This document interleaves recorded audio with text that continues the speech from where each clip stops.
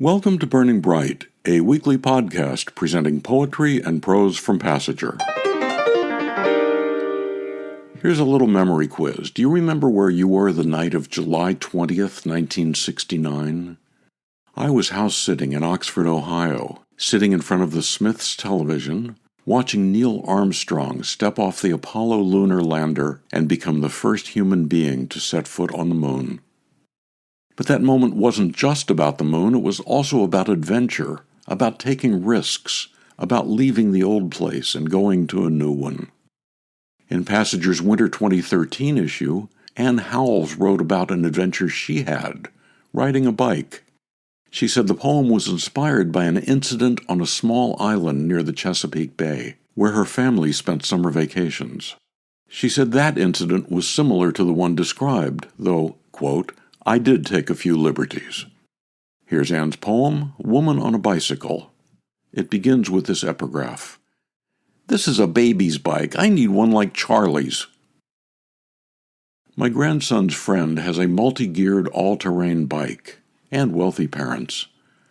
Morning mist just lifting, red sky in my blood, I lift the bike before the wine progresses, straddle it in floppy slippers and striped pajamas, pedal the hard-packed dirt, knees jacked to handlebars, narrow seat prodding buttocks, wobbly at first, then building speed, standing on the pedals, facing a sun that glistens every silver strand through dark hair.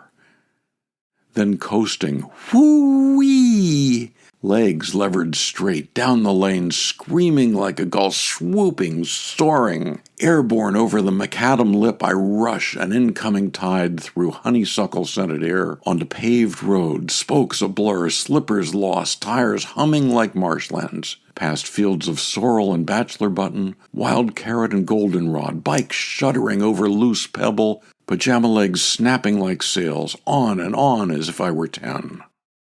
Away from whiny little boys who need this and need that.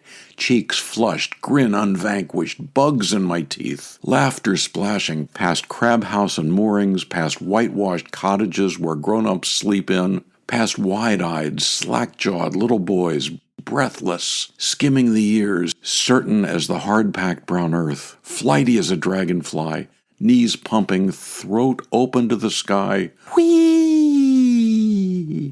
I close my eyes, approach speed of light, achieve liftoff. Woman on a Bicycle, Ann Howells, from Passager, issue 54. Back to Michael Collins, Buzz Aldrin, and Neil Armstrong and a related digression. When I was in graduate school at the University of Cincinnati, one of the classrooms where I taught was next door to Neil Armstrong's office. And sometimes I'd walk past and he'd just be sitting there like any other professor. But he wasn't. He was Neil Armstrong, for Pete's sake. Sorry. Back to Burning Bright and the 55th anniversary of the Apollo moon landing. And the small step and the giant leap that soon followed. Here's Ann Rayburn's poem, The Moon Without a Pen. The moon wants to write its own haiku, 3 lines, uneven as its surface. It envies the orange whom it sometimes resembles, its failure of sentimental rhymes. The moon draws a cloud across its eyes, weary of watching the boy and girl embracing by the lake, the shining paper lanterns strung above the pavilion. I once lost track of the moon for months, the fat egg moon of April, July's thunder moon pounding on its anvil. All slipped by invisible as wind. At last a coppery hunter's moon arrived, its shadow racing us as runners squeaked down fresh-packed snow, then hissed across a frozen pond.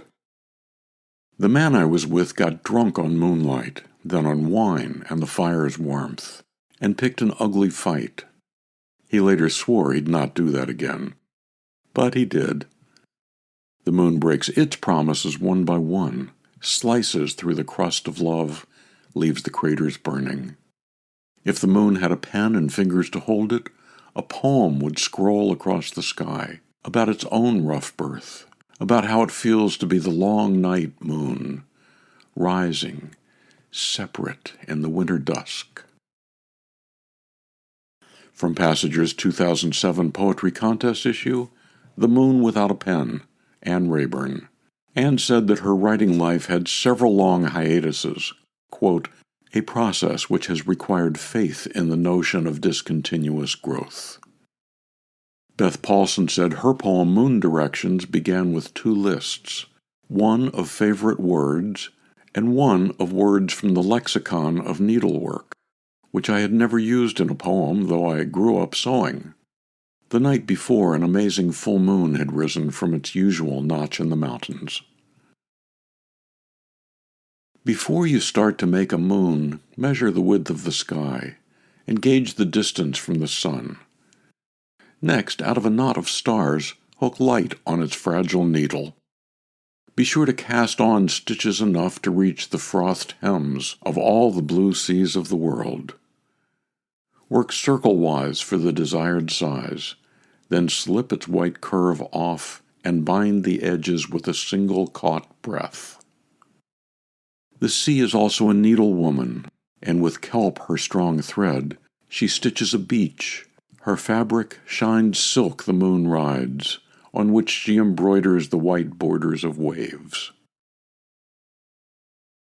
Moon Directions by Beth Paulson from Passager, issue 50, the 2010 Poetry Contest issue. To subscribe to or learn more about Passager and its commitment to writers over 50, go to PassagerBooks.com.